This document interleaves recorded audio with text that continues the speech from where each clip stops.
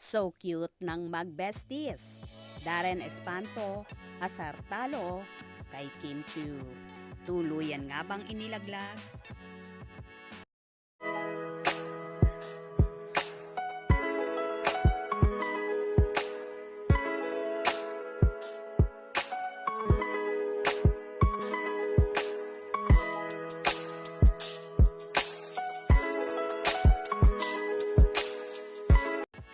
Sa isa sa episode ng afternoon show na It's Showtime. Sa segment na Especially For You, natanong ni Meme Vice Ganda ang kanyang mga co-host na sina Jong Hilario, Kim Chiu at Darren Espanto kung ilang taon ang pinakamatagal na naging relationship nila. Dito nga ay natanong agad ni Meme Vice Ganda si Chinita Princess at sinabi ni Kimi na bakit ako, at sinagot din naman ito ng dalaga ng 11 years. After nga masabi ni Kimi ay ang sumunod naman na natanong ay si Darren Espanto.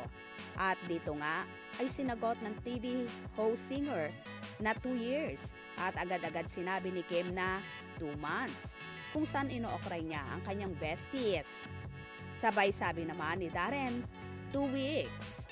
Kung saan nagkatawanan na ang dalawa at pilit pinapaamin ni Kim si Darren kung sino ang nakarelasyon niyang ito. Kahit daw inisya lang ay ayaw namang ibigay ni Darren kay Kim at sinabi niyang mamaya na. Ako ba sa... 11 years. Ikaw, Darren. Months. Grabe siya. 2 weeks. 2 days. 2 days. 2 years? Wala. 2 years? Sino? Huwag mo nang alamin. Ito naman, Sige na. Sige na, kwento mo yan. Andito tayo para pag-usapan si Brits at si Pwede Alvin. naman din ikaw. Oo, mamaya Sino ka na, yan? ano? Ano first letter? Mamaya ka na. Sa hindi nakakaalam, besties nga sina Kim at Darren at pagdating sa mga kalokohan ay game na game din sila at magkasundong magkasundo. Kaya naman kapag magkasama sila sa show or kahit sa labas, wala silang ginawa kundi mag-asaran at maglaglagan na kinagigiliwan ng kanilang mga tagahanga.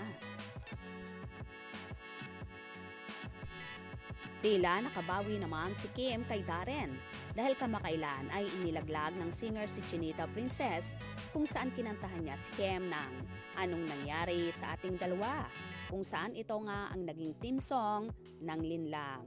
Na agad-agad nag-trending ang naturang pang-aalas ka na yon ni Darren kay Kim na sinasabi ng marami na tila may alam si Darren sa naging hiwalayan ni Kim at Sian na that time ay hindi pa sila umaamin at nagbibigay ng statement ang dalawa sa naging breakup nila. Laglagan na nga ba ito, mga besties? Kaya naman tumutok at huwag na huwag pahuhuli sa mga maiinit na kaganapan. Anong inyong magiging reaction sa video ito? Comment below.